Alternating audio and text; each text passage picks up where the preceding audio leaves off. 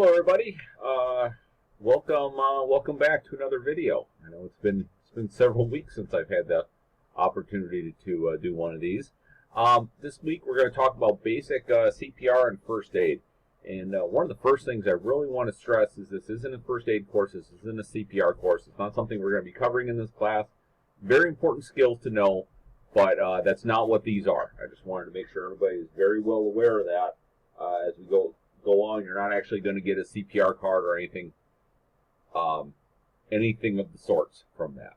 So as we get going on, first things to really consider, and the very first thing is whatever you're being called to do, whatever first aid, whatever CPR, anything like that, you have to consider is the scene safe for you to enter, and there could be a lot of reasons that it may not be safe. Is there a hazmat situation? If you have someone collapsed in a puddle of some sort of liquid surrounded by drugs, is that a problem? It is to me. I'm not going in there.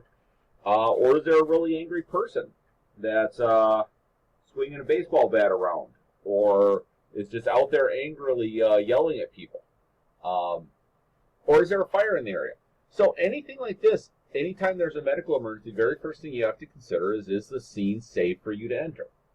If it is safe, you still need to make sure you protect yourself.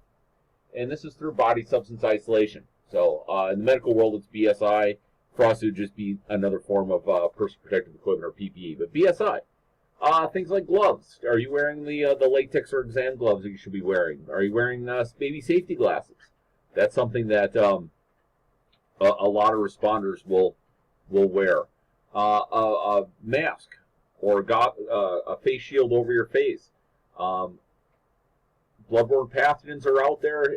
If you've taken regulatory compliance, I'm sure you probably have already if you're in this course. There could be all kinds of issues with bloodborne pathogens getting put in your eye, your mouth, nose, etc. You can get sick from that. And then the next question is, do you need additional help? Is this something that you can handle by yourself, or are you going to need some help? And that help could be in the form of the fire department. It could be from EMS, or it could be a hazmat team, depending on the situation. You may need to call for help, and that's something to think about early. You don't want to be dealing with this and all of a sudden, oh my goodness, I'm over my head and I need to call for help, because it's going to take anywhere from 5 to 15 to 20 minutes for help to get there, depending on where you're at. If you're in the city, it's going to be about 5 to 7 minutes. If you're out in the country, it could take a lot longer. You could be waiting what seems like forever for the ambulance to come, and they're getting there as fast as they can, but it takes them a while. So you may want to call for them early. So the first thing we're going to talk about is CPR. CPR is cardiopulmonary resuscitation. What this is if the person's heart is not beating on their own, this is the ability to push on the person's heart, and that's going to push blood throughout the body. CPR at its most effective is only about 20% as effective as the heart beating on its own. So you really you want to make sure that you're doing everything you can to prevent doing this, but it's better than nothing. You may have taken this before and remember the ABCs. Well, now it's the CBA or CABs. And the very first one is compressions, and that really, in many ways, we could stop right there. Nowadays, they have found that compressions alone are as effective as anything else. I remember when I first got into EMS and the first time I took a CPR class, if you had 2 people, you were doing 5-to-1 compressions. You do 5 compressions, they'd stop and give a breath. And we couldn't figure out why CPR was never working. Well, it turns out in order to prime the pump, in order to prime the heart to get ready to push blood in the first place, it takes about 5 or 6 pumps. So all of a sudden we would do 5 pumps, we'd stop, we'd lose our prime, so we were never actually pushing any blood in the first place. So in a lot of places what they're doing is they're just doing hands-only CPR. All you do is do compressions about 100 times per minute. I'm going to have if you haven't seen it already, I'm going to have a video posted from American Heart Association with Ken Jeong on hands-only CPR. It's really, really easy. So compressions is the big thing. The big thing to remember, just push hard and fast. You want to make sure you're pushing down enough that you're actually pressing the heart, and you want to do it fast enough that you're actually pushing blood at a fast enough rate. on here. The other good thing is defibrillation. There are AEDs, automatic external defibrillators. They're out everywhere in public nowadays, and they're really very, very user friendly. They'll walk you right through. Some of them will even give you a cadence to do CPR on. It may even tell you when to breathe. Now, me personally, I've never listened to those because, again, just doing the compressions are good enough. So, I guess in a nutshell, that is CPR. So, going through some common medical things to talk about. The first would be talking about bleeding. We have people get cut all the time, so we look at a couple of options. First option is direct pressure. You put a gauze pad or whatever dressing that you're using, the bandage or whatever, and you basically push it right over the wound and you press. It could be pressing hard. Pretty much everything will, all bleeding will stop with direct pressure. Usually the problem with direct pressure is you don't leave it on long enough. It could take 10 to 15 to 20 minutes of direct pressure to stop a wound. To give you an idea, last weekend my wife was cooking dinner and she was using a mandolin. If you don't know what a mandolin, it's like put whatever the vegetable is, you slide it back and forth, and there's a blade that you go against. And she cut off the very, very tip of her finger. So she called me. I got home. I took a look at it. It was still bleeding, and I had her holding direct pressure. She had been holding pressure, but she kept taking it off to look at it. And so every time she did that, any clots that were there broke apart. So I had her just sit there and hold direct pressure for 20 minutes, and it stopped bleeding. So for the most part, no matter how bad the bleeding is, it's going to stop with direct pressure. The key is to make sure you hold it long enough. The next step is elevation. Whatever the injured body part is, you want to try to get that above the heart. The reason for that is if you can slow down the amount of blood getting to that area, it's going to help clot it off faster. So with direct pressure, hold it higher. That will help. Really bad bleeding, you may need to start looking at the last two, pressure points and a tourniquet. Honestly, my entire time on the ambulance, I had to use pressure points once, twice, and I used a tourniquet once, and that was somebody that literally shot off the bottom of his leg. So, sort of extremes like that. I guess you could run into some of that stuff in industrial accidents, but even industrial accidents, I had direct pressure was good enough. So pressure points, basically there's four main arteries that you can use. There's the two femoral arteries, there's the two brachials. The femorals go around your groin into your legs. Your brachials go underneath your armpit and feed your arms. What you do is while you're holding direct pressure, you also put pressure to slow down the bleeding or slow down the amount of blood going through those major arteries. The last one is tourniquet. And I was hesitant to put that on there, but they are getting to be more and more popular now, especially after the wars in Afghanistan. They got really a lot of use there. And they are a useful piece of equipment, but they have to be used right. For one, it's the last resort. Tourniquets are designed that it's either we put this on or this person's going to bleed to death right here in front of us. Rarely is it that bad. If you are to the point of putting a tourniquet on, you got to put the tourniquet on. It goes on. It stays on. It doesn't come off outside of the trauma center. And the last thing with it, you want to use something that's designed as a tourniquet. You want to use commercial. You don't want to be using a belt. You don't want to be using a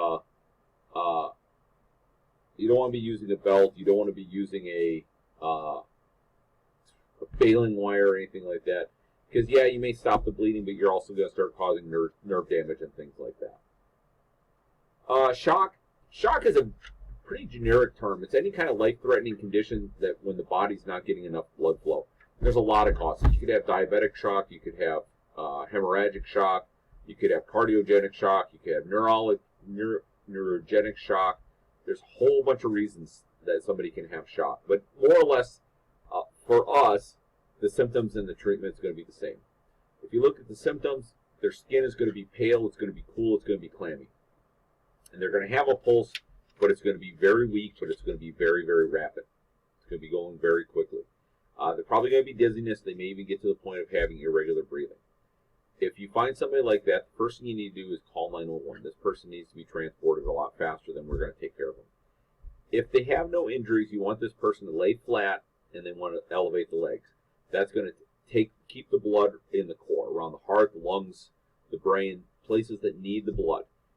At this point, it doesn't matter if their big toe is getting a whole lot of blood. They need to make sure their important organs are getting the blood. After that, we cover them with blankets, make sure they're warm, make sure they're comfortable until the ambulance gets there. The next thing we want to talk about is burns. And with burns, they have a couple different classifications. You got first degree, second degree, or third degree burn. First degree burn, it's going to be a bad sunburn. Imagine a sunburn, your skin turns red, it's real painful. That's going to be your first degree burn.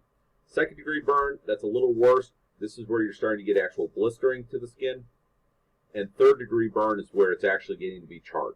There's actual burnt section. It's actually burnt down to the through the skin. The treatment for that is, first thing we want to do is we want to stop the burning process. So if they are burning, they want to make sure that we've stopped it already. Do the best to cool the area as we can. Now, if it's a third degree burn, we don't want to put anything on there. If it's a first or second, we may be able to like cool water or something like that. We do not want to apply ointments, creams, butters, adhesives, or aerosol sprays, anything like that. I know there's all kinds of burn creams. There's burn gel. There's all that stuff. We don't want to be using that. A lot of times it doesn't necessarily help things. It may take care of the pain, but that's about it. It doesn't solve the burn itself. Also, we don't want to break any blisters, or if there are any charred portions of skin, we don't want to remove those. We just want to get this person to the burn center or to the ER.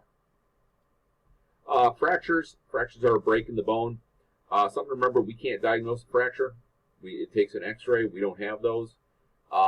Basically, all we know is it's a deformity, it's swollen, it's painful. That's the kind of stuff we know. So we want to treat those all the same. First thing we want to do is we want to prevent motion of the injured part and adjacent joints. We want to immobilize this or splint it if you're trained. If you're not trained, just hold it in place and let the experts come. Ice is great for this. Helping to reduce the pain. Ice is really used nowhere near as often as it should. And then you want to call for help. If somebody's actually broken something beyond a finger, maybe beyond a wrist, you could probably take them in. Anything beyond that, you want somebody just to make them more comfortable for the trip. Sprains or strains, these are tears in the muscles, ligaments, or tendons. The first aid would be the word RICE. So RICE would be rest, ice, compression, and elevation. That's going to help keep the swelling down. A lot of people may want to put heat on there as well. You actually don't want to start adding heat for about 24 hours. That's when the heat is actually going to help. If somebody has a sprain and they sit in a hot tub in the first 24 hours, all it's going to do is going to make that area swell even worse. And it's going to swell even worse, and it's going to be even more painful. Heat injuries, we're going to wind up with that. Basically, there's 3 different types of heat injuries that we would use. The first would be heat cramps, the second would be heat exhaustion, and then finally heat stroke. So heat cramps are painful muscle cramps. They're really concentrated in the abdomen or the legs, like the thighs. Big muscle groups. That's really where it's going to come down to. And a lot of this comes from dehydration as much as anything else. Their skin is going to be moist. It's going to be cool. There's going to be a lot of sweating. They are going to be sweating very, very, very heavily at this point. Treatment, and I just realized I didn't do my spell check. I apologize for that. Treatment, you want to move them to a cool place, get them out of the sun, get them in the shade. You can give them fluids by mouth, but sipping, not guzzling. And then stretching out and massaging the muscles might help as well. The next one is a heat exhaustion. This is a little bit worse. At this point, their skin has gotten to be cold and clammy, still heavy sweating. Their pulse could be weak. They could have be breathing fairly shallow at this point. This is where they're starting to feel nauseous or dizzy. The beginning is the same. You want to move them to a cool place, maybe give them some liquids by mouth.